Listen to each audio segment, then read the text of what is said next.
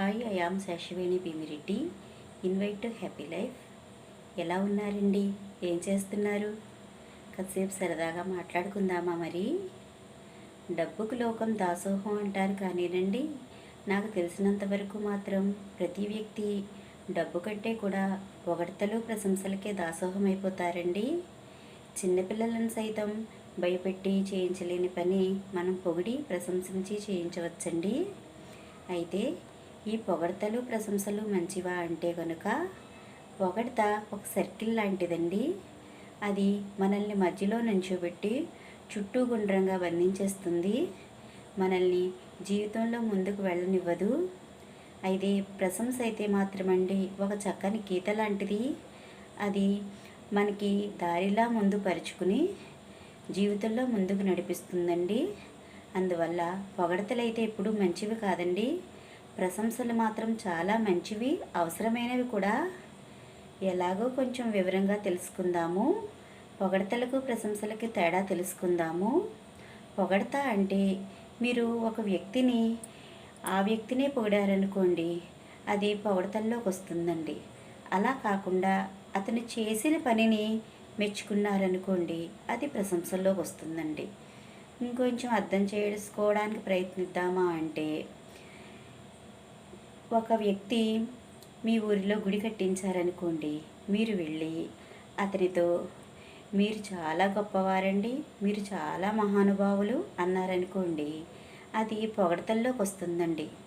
అక్కడ మీరు ఏం చేశారంటే అతను చేసిన పనిని పక్కన పెట్టేశారు, ఆ వ్యక్తిని పొగిడారు. మీరు ఆ మంచితనం అంతా ఆ వ్యక్తికే ఆపాదించేశారు.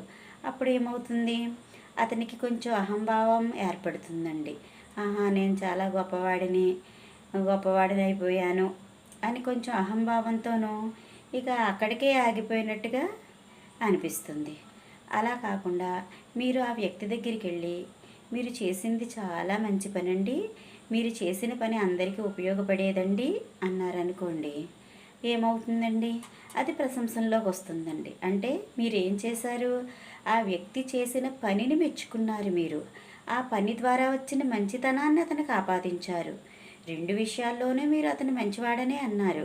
కాకపోతే పొగిడినప్పుడు ఏం చేశారు? పనిని పక్కన పెట్టేశారు, ఆ మంచితనం ఆ వ్యక్తికి ఆపాదించేశారు.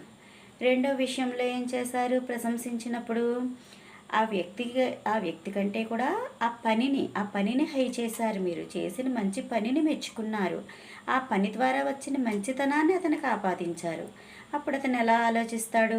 ఓహో, నేను ఈ పని అందరికీ నచ్చింది, మంచి పని అని అంటున్నారు, ఈ మంచి పని ద్వారా నాకు మంచి పేరు వచ్చింది, ఇలా వీలైతే నేను ఇంకా చాలా మంచి పనులు చేసి మంచి పేరు సంపాదించుకోవాలి అని అనుకుంటాడండి. అందువల్ల ప్రశంసలు ఎప్పుడూ కూడానండి మనకి జీవితంలో ముందుకు సాగడానికి కొత్త ఉత్సాహాన్ని ఇస్తాయండి. మన డైలీ ఫ్యామిలీలో కూడానండి మన వ్యక్తుల మధ్య పొగడ్తలు ప్రశంసలు చాలా అవసరమండి. ఎందుకంటే పిల్లలను సైతం మనం, వాళ్ళు చదువులో టాపర్లు కాకపోవచ్చు, కానీ చదివే విషయాల్లోనే మీరు మెచ్చుకున్నారనుకోండి, వెరీ గుడ్ నాన్న, ఇవి బాగా చదివావు, ఈ సబ్జెక్ట్ బాగా చదివావు అని మెచ్చుకున్నారనుకోండి, అతనికి ఆ అబ్బాయికి ఇంకొంచెం ఉత్సాహం వస్తుంది. తను మీకు కొంచెం డల్గా ఉన్న మిగతా సబ్జెక్టుల్లో కూడా సరే, అవి చదివిన విషయాలు నాన్నగారు మెచ్చుకున్నారు కదా, ఇవి కూడా నేను ఇంకొంచెం శ్రద్ధ పెట్టి చదవాలి, అన్నిటికీ నాన్నగారు మెచ్చుకునేలాగా ఉండాలి అన్న ఉత్సాహం అతనిలో వస్తుందండి.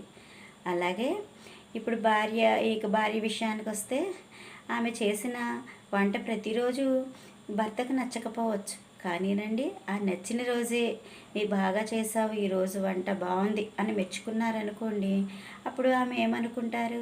సరే, ప్రతిరోజు కూడా భర్తకు నచ్చే విధంగానే వండడానికి ప్రయత్నిస్తారండి. ఆ మెచ్చుకున్న రోజు వచ్చిన ఉత్సాహం ఏమవుతుందండి? మిగతా రోజుల్లో కొంచెం ముందుకు వెళ్ళడానికి ఉత్సాహంగా పనికొస్తుందన్నమాట అండి.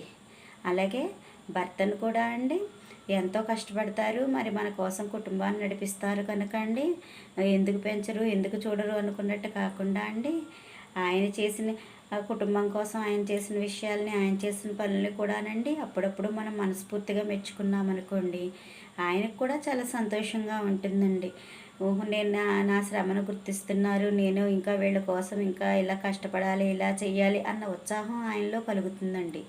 అందువలన ఈ ప్రశంసలు, పొగడ్తలు అనేవి బయట వాళ్ళకే కాకుండా అండి మన కుటుంబంలో సభ్యుల మధ్య కూడా ఒకరికొకరు అవసరము, ఉపయోగపడినవి కూడానండి.